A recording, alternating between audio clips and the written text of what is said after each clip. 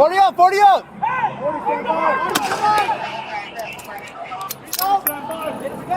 Second 40 coming up! 40 up! There! Third 40 coming up. Come on. Take your time, take your time.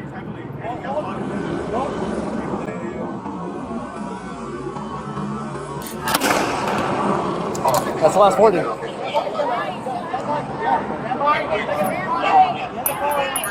The officers had every reason to use lethal force, yet they chose a different path. But why was this man considered so dangerous that an entire division was called in to corner him?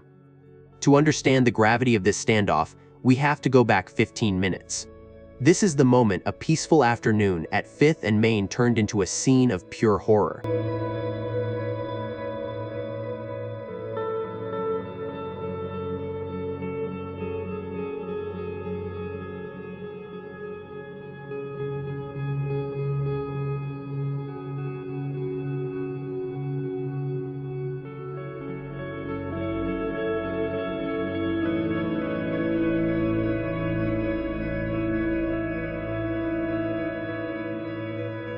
As the suspect vanished into the crowd, the true scale of the horror began to set in. On the ground, witnesses couldn't believe their eyes, and as phones started ringing at the 911 dispatch center, the reports coming in were more terrifying than anyone expected. Listen to the panic as the first witnesses try to describe what they just saw. LAPD 911, operator 353. Yeah, there was gunshots at 5th and Main. There's people running and yelling. I can't see anything, but I heard it. Did you hear it? You said people running and yelling? Running and screaming and yelling. I mean, there were obvious gunshots. Sounded like 2 and then 2 more. It's like 4 shots? I mean, yeah. Okay, and you hear people yelling and running? Yeah, and I see people running. I can't see where... I just know... Do you know if anybody's down? I don't know. I don't see anybody down, but I just see people running. I think something happened on Main. There's somebody... I see people running on Main. Nobody's down on 5th. Okay. Okay, I'm going to go ahead and send some officers, okay? Thank you, ma'am. Appreciate you. Not a problem. All right, bye-bye. Hey, please stop!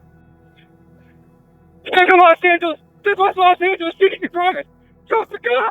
Drop the gun! We're gonna be in the north-south alley, west of LA. Damn black green. Over the gun. Units, officer needs help. Shooting in progress.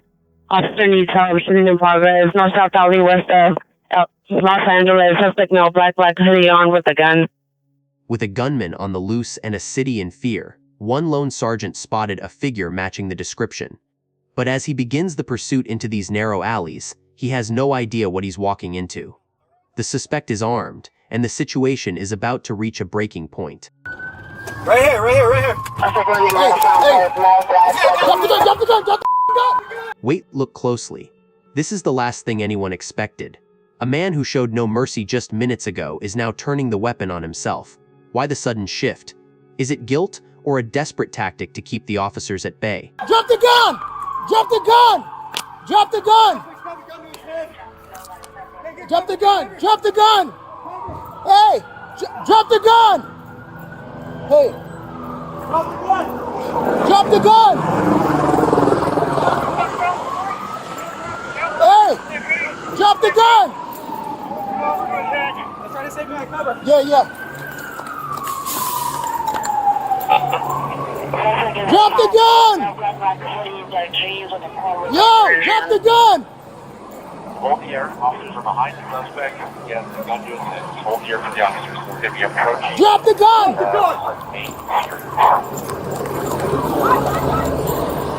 Drop the gun! LA. Hey, drop the gun! Breathing approximately. It's right here! Drop the gun!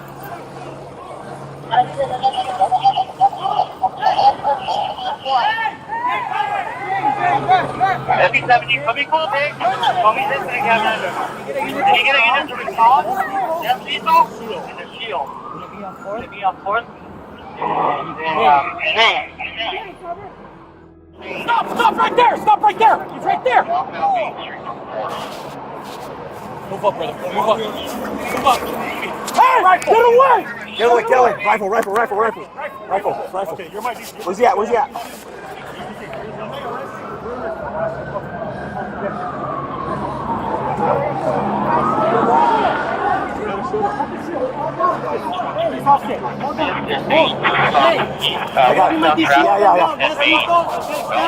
Pedestrians on the street, on Spring, walking northbound towards the suspect.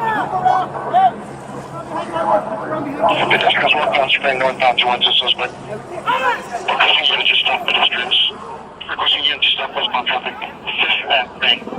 The officers have him cornered, but the suspect is making a move that puts everyone in the line of fire. Tension is at an all-time high as the sergeant tries to keep control, but with a gun pointed and a crowd nearby, one wrong move could end in tragedy. Everything is on a knife's edge right now. Got the shoulder. Come back a little bit. Drop the gun! Drop it! Drop it!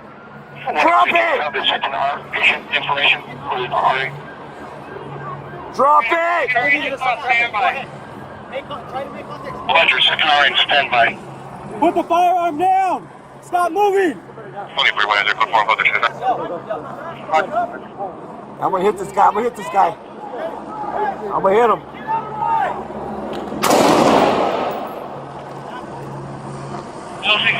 Drop it! Drop it! I got 40 right here. 40 up! 40 up!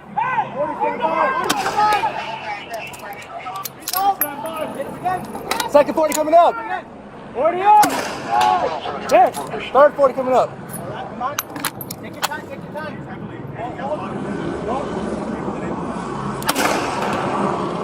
That's the last 40.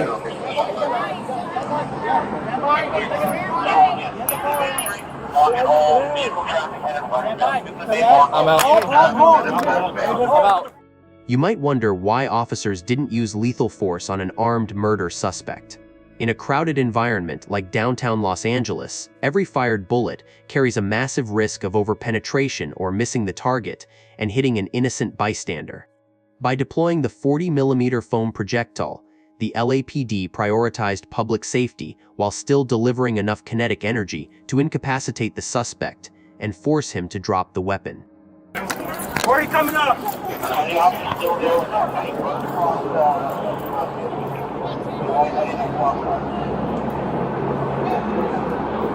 Drop the gun!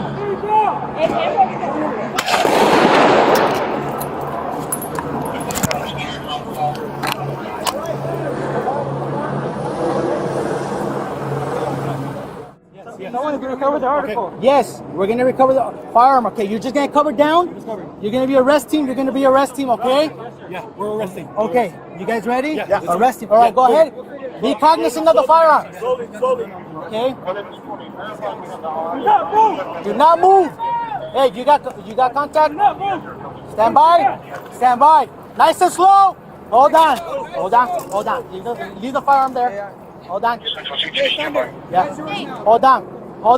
Oh, don't touch it. Leave it as this. All right, leave it as this. All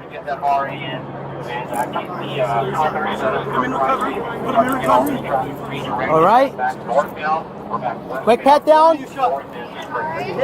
Yes, we're still gonna need an RA regardless. He got hit with a 40 regardless. Yeah,